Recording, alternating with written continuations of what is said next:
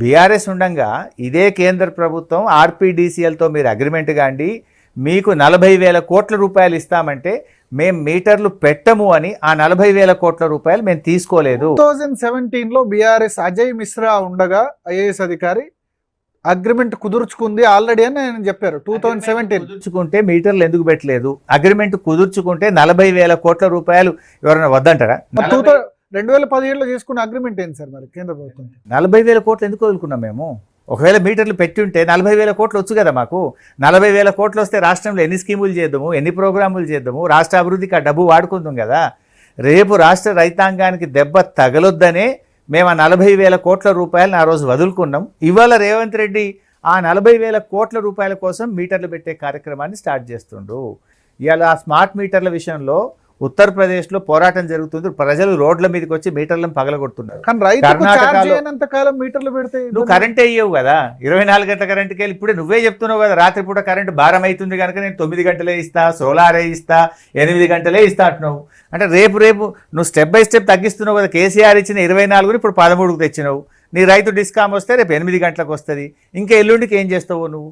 నీకు ఏమవసరం? ఇంకోటి, నిజంగా నీకు రైతుల మీద ప్రేమ ఉంటే 3 డిస్కాములకు ఉన్న కరెంటును సమానంగా పంచు. అంటే I mean to say hydel పవర్ని ఈక్వల్గా ఇయ్యి.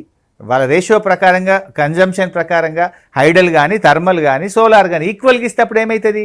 నీకు ఫ్లెక్సిబిలిటీ ఎక్కువ ఉంటుంది. నువ్వు ఓన్లీ సోలార్ పవరే ఇస్తా అంటే రేపు రైతాంగం నష్టపోతుంది, రైతులు నష్టపోతారు, సాగునీరు ప్రాజెక్టులు మూలకు పడతాయి, డ్రింకింగ్ వాటర్ ప్రాజెక్టులు ఎఫెక్ట్ అవుతాయి. ఇవేం ఆలోచిస్తలేవు. ఇంకో ఇంపార్టెంట్ ఇష్యూ, అసలు సెక్షన్ 43 అలోయ్ చేయదు ఎలక్ట్రిసిటీ యాక్ట్. ఇంకొక పాయింట్ ఉంది. ఇప్పుడు చాలామంది మన రాష్ట్రంలో గిరిజన రైతులు కానీ, బీసీ రైతులు కానీ పొలం బాయికాడనే ఇల్లు కట్టుకుంటారు. ఇంటి వెనుక పొలం ఉంటుంది, పొద్దున్న లేస్తే వ్యవసాయ పని చేసుకుంటారు, సాయంత్రం ఇంట్లో ఉంటారు రాత్రిపూట. ఇప్పుడు ఆ బాయికాడ ఇల్లు కట్టుకుంటే ఇంట్లో కరెంటు పోతేనేమో ఒక డిస్కామ్ ఫోన్ చేయాలి, బాయికాడ కరెంటు పోతే ఇంకో డిస్కామ్కి ఫోన్ చేయాలి. రేపు కొత్తగా ఒక రైతు ఇల్లు కట్టుకోవాలి. ఇల్లు కట్టుకుంటే నేను బాయికాడ ఇల్లు కట్టుకుంటున్నా, నాకు కనెక్షన్ ఇయ్యి అంటే ఏం చెప్తారు? నువ్వు ఎన్పీడీసీఎల్కో ఎస్పీడీసీఎల్కి అప్లై చేయాలి. ఎస్పీడీసీఎల్ ఏమంటాడు? నా ఇంటి పక్కనే పోల్ ఉంది, దీని నుంచి కరెంట్ ఇయ్య బాబు, నాకు మీటర్ పెట్టంటే పెట్ట బాబు, నీకు గ్రామం నుంచి నీ ఇంటి దాకా కరెంటు పోల్ వేయాలి, ఆ పోల్లకు ఆ వైరుకు ఇంత ఖర్చు అవుతుంది, ఆ డబ్బు కడితేనే నీ ఇంటికి కనెక్షన్ ఇస్తా అంటాడు. అంటే ఇలా రెండు, ఒకటి ఆ రైతు మీద భారం, ఆ ఇల్లు కట్టుకున్న ప్రజల మీద భారం, ఇంటి పక్కనే పోలున్న దాని నుంచి ఇవ్వకుండా ఎన్పీడీసీఎల్ అక్కడి నుంచి ఊరి నుంచి ఎక్కడి నుంచి అయితే సింగిల్ ఫేస్ కరెంట్ ఉందో అక్కడి నుంచి వచ్చి లైన్ వేయాలంటే లైన్ ఛార్జెస్ రైతు మీద పడతాయి. తర్వాత నేషనల్ వేస్ట్ కదా, పబ్లిక్ వేస్ట్ కదా, ఇది పబ్లిక్ మనీ వేస్ట్ కదా. అగ్రిమెంట్ చూసుకోవచ్చు, అగ్రిమెంట్ లేదు, అవకాశమే లేదు. నార్థన్ పవర్, సదర్న్ పవర్, నీ కండిషన్స్ అది ఉన్నది కదా. నీ కండిషన్స్ ఏముంది? ఆర్పీడీసీఎల్ కేవలం వ్యవసాయ మరియు సాగునీటికి సంబంధించి ప్రభుత్వానికి సంబంధించిన కనెక్షన్లే చూస్తుంది అని మీరు చట్టం చేసిండ్రు. వాడు ఇప్పుడు మళ్ళీ ఇదంతా వేస్ట్ కదా.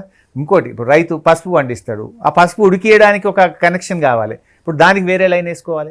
చెరుకు రైతులు ఉంటారు, చెరుకును బెల్లం పండించడానికి మిషన్ తిప్పుతారు, దానికి వేరే కనెక్షన్ కావాలి. అంటే any kind of activity, poultry పెట్టుకుంటారు కొంతమంది బాయికాడ. పౌల్ట్రీకి ఏమంటాడు?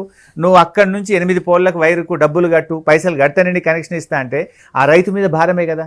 సబ్సిడీ, ఇప్పుడు డైరీ ఫామ్ 4 ఆవులు 4 బర్రెలు పెట్టుకుంటారు, దానికి కనెక్షన్ కావాలి కదా, ఆవులకు బర్రెలకు ఓ లైట్ కావాలి కదా, దానికి మళ్ళీ నువ్వే గట్టు, ఆ పోళ్ళ పైసలు కట్టు, వైరు కట్టు, దాని మీటర్ వేరే అంటాడు.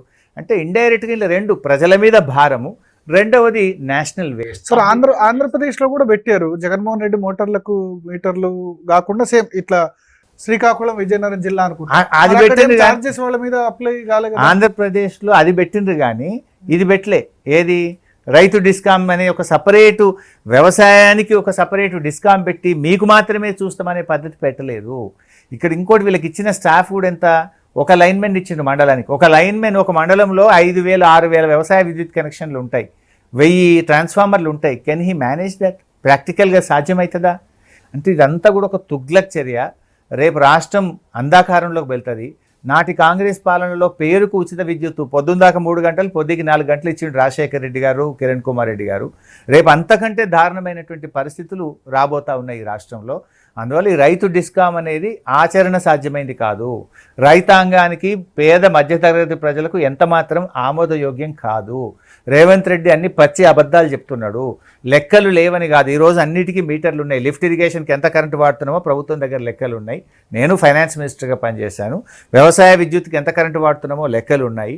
అన్నిటికీ లెక్కలు ఉన్నాయి. నువ్వు చెల్లించాలనుకుంటే చెల్లించవచ్చు. సింపుల్ అండి. ఇయ్యాల గట్టని ప్రభుత్వం రేపు కట్టదని గ్యారెంటీ ఏంది?